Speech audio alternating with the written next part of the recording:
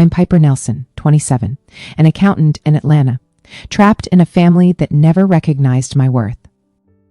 My parents always had one child on a pedestal, and that child wasn't me. At parties, they'd raise their glasses, smiling on the surface, while their words cut like knives.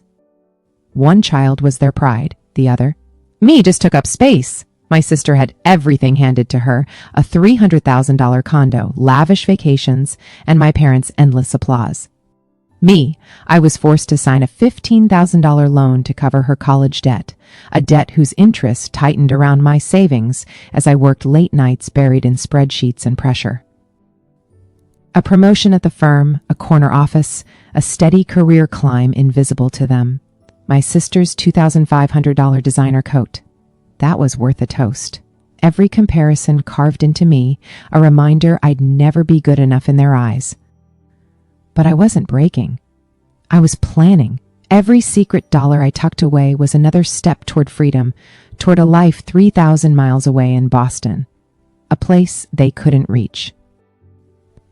Before we start, drop a comment below. Tell me which city you're in and what time it is now. I'd love to know how many cities and time zones this story has reached around the world. Every dollar I saved felt like a step toward freedom. I sat at the bank, pen in hand, signing a loan agreement to cover Tabitha's college debt. The banker's eyes flicked to me, questioning, but I didn't flinch. The $12,000 balance was hers, years of skipped classes and failed startups. But Mom and Dad insisted I help the family. My own finances were stretched thin. My modest apartment barely paid for. Yet I was the one shouldering her mess. Every month, $450 came out of my paycheck, a chain tying me to their demands. I gritted my teeth, knowing they'd never ask Tabitha to repay me. Tabitha, now 30, strutted through Atlanta's high-end boutiques, dropping thousands on silk dresses and imported handbags. Her latest purchase, a $3,000 pair of heels, flashed across her social media, captioned, "Living my best life." Mom called her driven dad, praised her ambition, as if my 60-hour work weeks meant nothing. They'd sit at dinner, fawning over her reckless spending while I ate in silence, my contributions invisible. Her lifestyle wasn't ambition. It was a mirage built on my sacrifice. At the firm, I'd poured everything into my work. Last month, my manager called me into her office, a rare smile on her face. "Piper, you're getting a raise and a senior accountant title," she said. I'd streamlined a client's tax filing, saving them millions, and the partners noticed. I walked out, chest swelling with pride, thinking maybe Mom and Dad would finally see me. I was wrong. I told them over coffee, expecting a nod, a word of praise. Dad snorted, "That's nice, but Tabitha's closing a deal for her boutique." Mom added, "She's going places, Piper. You should take notes." My stomach twisted their words a slap. My achievement, my years of grinding reduced to a footnote. That night, I overheard them on the phone with Tabitha, their voices warm with pride. "You're doing so well," Mom gushed. "We need Piper to step up like you. Step up." I was drowning in their expectations, forced to bankroll Tabitha's failures while they called her a star. Dad's voice cut through. "Piper needs to contribute more to this family. Contribute more. I've given everything, my savings, my time, my pride.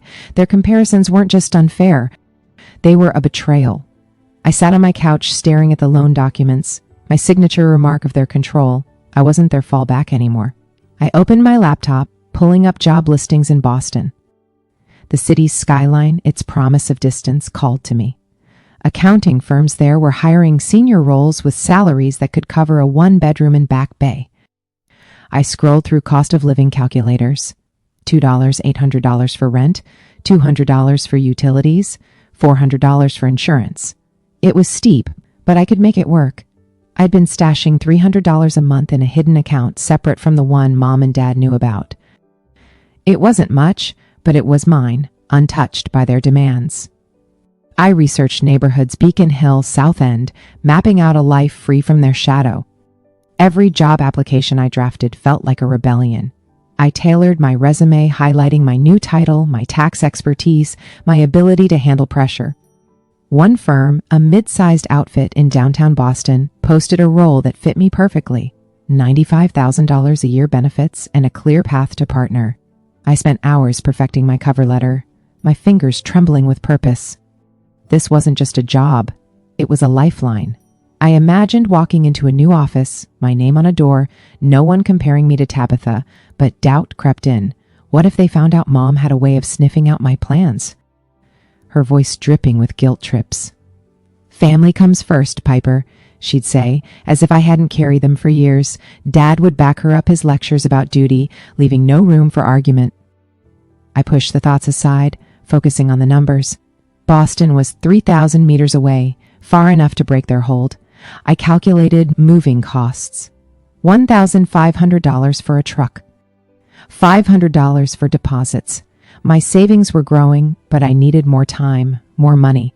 I started cutting corners, canceled subscriptions, skipped dinners out, sold an old chair for $50 online. Each small act felt like defiance, a brick in the wall I was building between me and them. Tabitha's latest post popped up on my phone, a photo of her at a rooftop bar. Glass raised captioned, "Chasing Dreams." Mom commented, "So proud I swiped it away, my jaw tight." Her dreams were my burden, but not for long. I contacted a Boston realtor asking about apartments. She sent listings, small studios. Nothing fancy, but enough for a fresh start. I saved every email, every link in a folder labeled taxes to throw Mom off if she snooped. My plan was taking shape each step, a quiet promise to myself. I wasn't just running, I was rewriting my future. The firm called me for a phone interview. The hiring manager's voice was crisp, professional. "Your resume stands out, Piper," she said. "We're impressed with your tax work." For the first time in months, I felt seen. I hung up, heart racing, and added another $100 to my savings. Boston wasn't a dream, it was a deadline. I'd be ready when the time came. The clink of champagne glasses hit a brewing storm. I walked into my parents' 35th anniversary party, my heart pounding like a drum. The room buzzed with Atlanta's elite old friends, distant cousins, business associates, all gathered to celebrate Mom and Dad. I wore a simple black dress, understated, but it didn't matter. Eyes skipped over me, drawn to Tabitha's shimmering gown, her laughter cutting through the chatter. I stood near the edge of the crowd, gripping my glass, feeling like an outsider in my own family. Mark stood, his presence commanding, and raised his glass to 35 years. He began his voice, warm and to family. Barbara, seated beside him, smiled tightly, her eyes scanning the room. Then Mark's tone shifted sharper now. "Some kids make you proud," he said, glancing at Tabitha. "Others just take up space." The words landed like a punch, and laughter rippled through the guests. Tabitha's smirk was instant, her eyes glinting with malice as she leaned back, savoring the moment. I felt the room shrink their stares, pinning me down, my face burning under the weight of their judgment. I could have crumbled, I could have stayed silent, like always, but something snapped. I set my glass down, the sound sharp against the table. "Good thing I've got my own place. 3,000 meters away," I said, my voice steady, cutting through the hum. "From now on, the rent, the utilities, the insurance are all your problem." The room froze. Mark's glass hovered midair, his jaw tight. Barbara's smile vanished, her hand clutching her necklace. Tabitha's smirk faltered, her eyes narrowing. I didn't wait for their response. I turned my heels, clicking as I walked away from the table, each step lighter than the last. Freedom coursed through me, a rush I hadn't felt in years. I didn't look back, but I heard the whispers start soft at first, then louder. "Did she just say that one?" Guest murmured. They pushed her too far. Another said, their voice low but sharp. I caught fragments as I moved through the crowd. "Ungrateful, cruel." "She's right." The air buzzed with shock, their polished facades cracking. I pushed past a cousin, her eyes wide, and an old family friend who avoided my gaze. They'd seen the truth. My parents' favoritism, Tabitha's cruelty, my years of silence. I reached the edge of the room, my chest rising and falling. For the first time, I wasn't the one shrinking. Mark tried to call after me, his voice strained. "Piper, come back here." But it was too late. I'd said what I needed to say. Barbara's chair scraped as she stood, her voice hissing my name, but I kept moving. Tabitha said nothing, her silence louder than her usual barbs. I didn't care. I'd spent years carrying their expectations, their debts, their disdain. Now I was done. The guests murmur, screw their words, a mix of pity and outrage. How could they say that a woman whispered to her husband she's been funding them? Another said, her tone sharp. I caught a glimpse of an older couple shaking their heads, their glasses untouched. My parents' perfect night was unraveling, their image tarnished in front of their precious circle. I didn't need to see their faces to know they were rattled. My words had stripped them bare, exposing their bias to everyone. I slipped out into the cool night air, my breath steadying. The weight of their words, their laughter, their control, it was gone. I'd walked away, not just from the table, but from their hold on me. They'd mocked me one too many times, and I'd turned their stage into mine. The party continued behind me, but it didn't matter. I was already halfway to Boston, in my mind and my heart. A week later, my phone lit up with Betrayal. Tabitha's post hit my screen like a slap. Some people think they're above family, she wrote, her words dripping with venom. Selfish, ungrateful, tearing us apart. She twisted the party into a SOA story, painting me as the villain who stormed out, leaving mom and dad humiliated. Comments poured in her friends, calling me cold, disloyal, a traitor to the family name. I stared at the lies, my fingers trembling. She turned my stand into her narrative, and people believed it. I wanted to fire back to expose her years of freeloading, but I held back. Her words were a trap, and I wasn't falling for it. The next morning, a letter slid under my door. Mom's handwriting, neat and deliberate, filled the page. Piper, your actions at the party were unacceptable. It began, you owe us an apology to keep this family together. Her words were a masterclass in guilt, laced with phrases like family harmony and your duty. She didn't mention her own cruelty or dad's or how they'd mocked me in front of everyone. I folded the letter, my jaw tight, and tossed it into a drawer. I wasn't apologizing, not now, not ever. I needed someone to talk to, someone who'd get it. Clara, my coworker, met me at a coffee shop that afternoon. I poured out the story, the party, Tabitha's post, mom's letter. Clara listened, her eyes steady, never interrupting. You did the right thing, she said when I finished. They're trying to control you. Don't let them. Her words were a lifeline grounding me in my decision. She reminded me of my strength, my plan, my worth. Boston's waiting, she added, her voice warm. You're bigger than their drama. I nodded, my resolve hardening. Clara's support was the push I needed to keep going. Later that evening, my phone buzzed again. Rose, my cousin, sent a text. Heard you're moving to Boston? What's the deal? Her tone was curious, probing, but not warm. She didn't mention the party or Tabitha's post. Just asked about my plans with a hint of skepticism. Big move, she wrote. You sure about this? I stared at the message, unsure if she was fishing for gossip or genuinely interested. I replied vaguely, just need a change. Rose didn't push further, and I didn't expect her to. She wasn't on my side, she was just watching from the sidelines. Tabitha's post kept spreading, her followers piling on. How could she do that to her parents? One wrote, spoiled brat. Another chimed in. Each comment stung, but I refused to engage. Social media was their battlefield, not mine. I opened my accounts, Instagram, Twitter, Facebook, and hit delete. The apps vanished from my phone, and with them the noise. I felt lighter, unburdened by their lies. My world didn't need their validation anymore. With the digital clutter gone, I turned to my move. I pulled up my Boston folder, now brimming with notes. A new email from the realtor confirmed a studio apartment in Southound, $2,600 a month, utilities separate. I'd budgeted for it, my savings just enough to cover the deposit. The firm in Boston had scheduled a second interview, this one in person. I booked a flight for next week, $250 as a round trip, and started listing my furniture for sale. My couch went for $100, my old TV for $75. Every sale was a step closer to cutting ties. I spent nights packing, sorting through years of belongings, old photos, letters, keepsakes. They all felt like anchors to a life I was leaving behind. I kept only what I needed, clothes, my laptop, a few books. The rest went into boxes for donation or sale. My apartment, once a refuge, now felt temporary, a stepping stone to something better. I contacted my landlord confirming I'd end my lease in 2 months. The paperwork was straightforward. My signature, a quiet declaration of independence. Clara texted me later that week, checking in. "You okay?" she asked. I smiled, grateful for her concern. "Better than ever," I replied. Her support lingered, a reminder that I wasn't alone, even if my family had turned against me.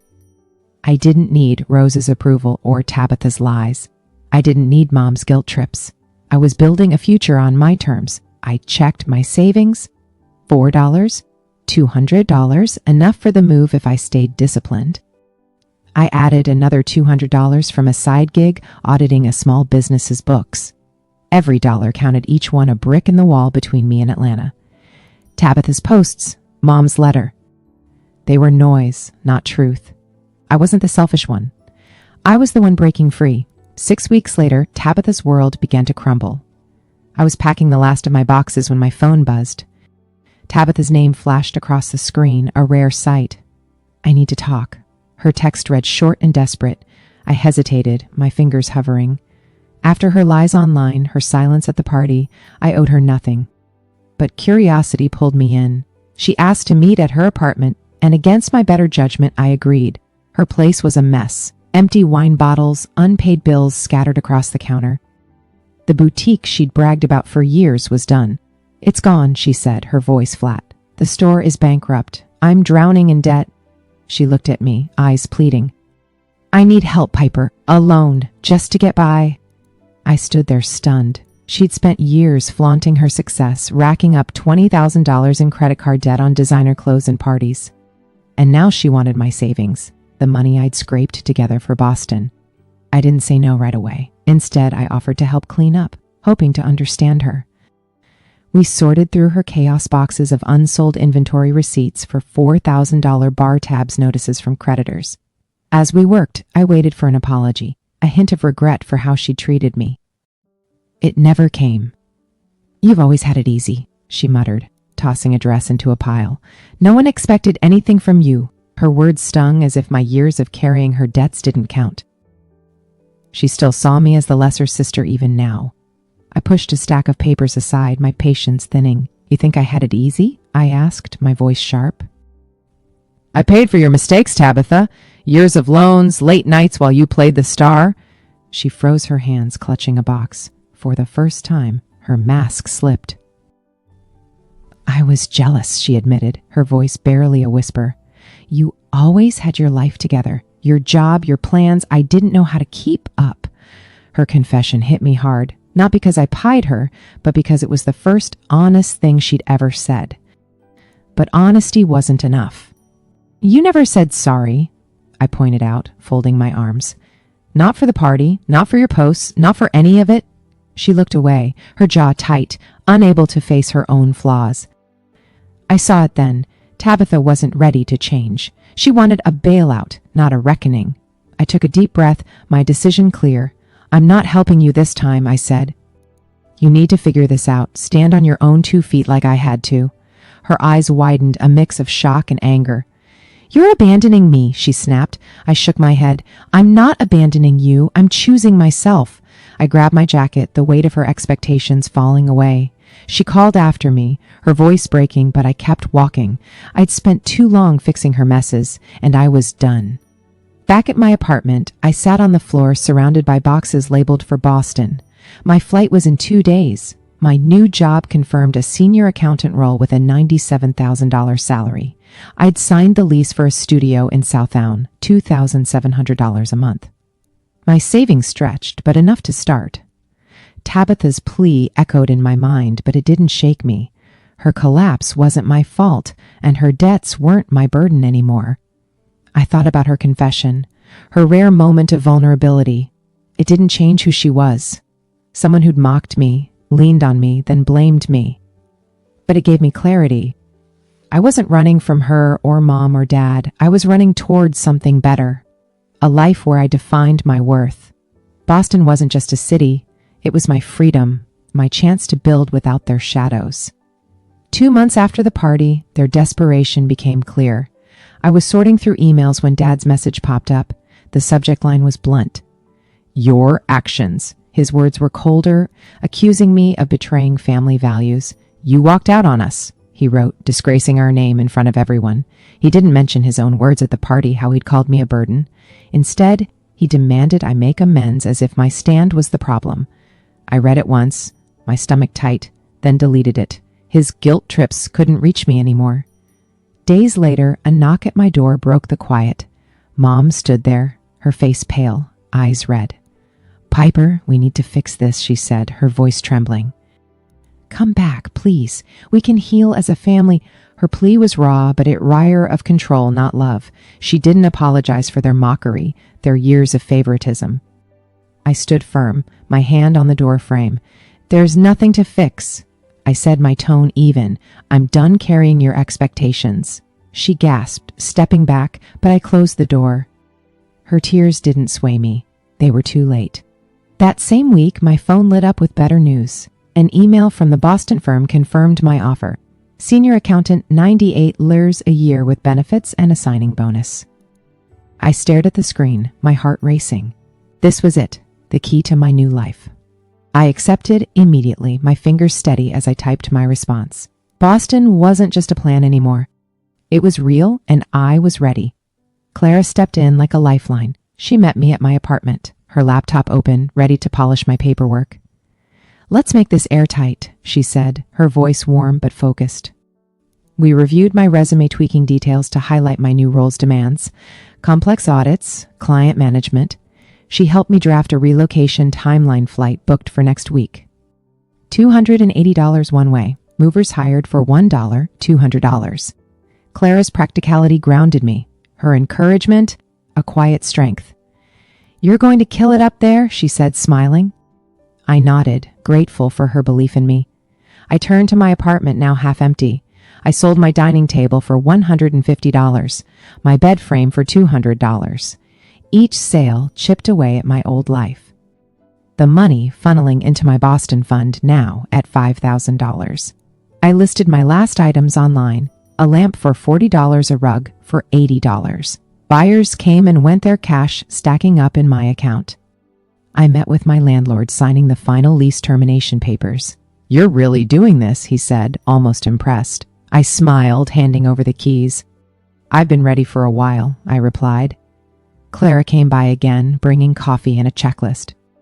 We mapped out my first week in Boston: apartment move-in, utility setup, office orientation. She suggested a budget for the first month, $2,900 for rent and utilities, $500 for groceries and transit. Her advice was meticulous, every detail thought through. "Don't let them pull you back," she warned, her tone firm. I promised I wouldn't. Their drama. Dad's email. Mom's visit felt like echoes from a life I was leaving behind. I packed my final box, mostly clothes and essentials. My laptop, now my most valuable possession, held my job offer, my lease, my future. I donated old books and kitchenware, keeping only what fit in 2 suitcases. The process was methodical, each choice deliberate. I wasn't just moving, I was shedding years of their weight. Dad's accusations, Mom's pleas, they were noise, not truth. The night before my flight, I walked through my empty apartment. The walls were bare, the space no longer mine. I felt nostalgia, only relief. I'd spent years tethered to their demands, their judgments. Now I was cutting the last strings. Clara texted, checking in. "You good for tomorrow?" I replied. Better than good. Her support, her help with the details had made this real. I boarded the plane the next morning. My suitcases stowed, my savings secure. Boston waited 3,000 miles away, a city where I defined myself. Dad and Mom could keep their values, their version of family. I was building my own one where I wasn't second best. As the plane climbed, I looked out the window. Atlanta shrinking below. I wasn't running, I was arriving. The morning I left Atlanta, the air felt lighter. I stepped into my Boston studio, the keys jingling in my hand. The space was small, but mine bare walls, a single window overlooking Southtown's brick-lined streets. My first day at the firm was a whirlwind, meeting colleagues, setting up my desk, diving into client files. My $98,000 salary felt like a promise, kept each paycheck a step toward independence. I walked home that evening, the crisp air sharp against my skin, and smiled. This was my life now, built on my terms. Back in Atlanta, Tabitha's world had collapsed. She sold her condo, the one she'd flaunted as a symbol of success, to cover her debts. Now she was back on her mom and dad's roof, her designer dresses traded for a guest room. Her boutique's failure had spread through the city's gossip circles, her once glamorous life reduced to whispers of bankruptcy. I didn't gloat, I just felt free. Her downfall wasn't my victory, but it was proof that her facade couldn't last. Dad and Mom faced their own reckoning. Word of their favoritism, their cruel words at the party had leaked beyond their circle. Old friends distanced themselves, their invitations to galas and dinners drying up.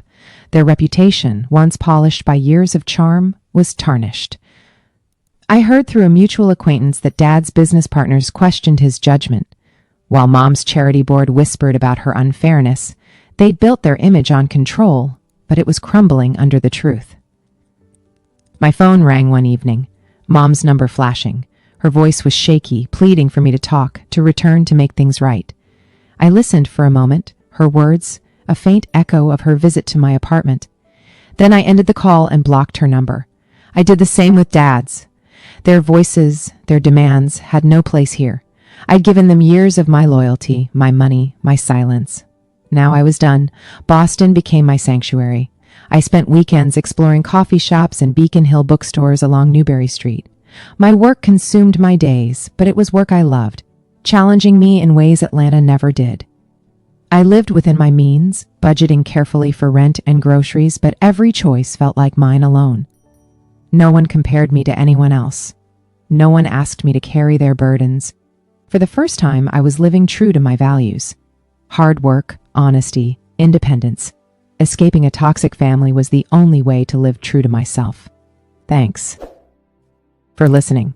So, what about you? Have you ever faced family drama like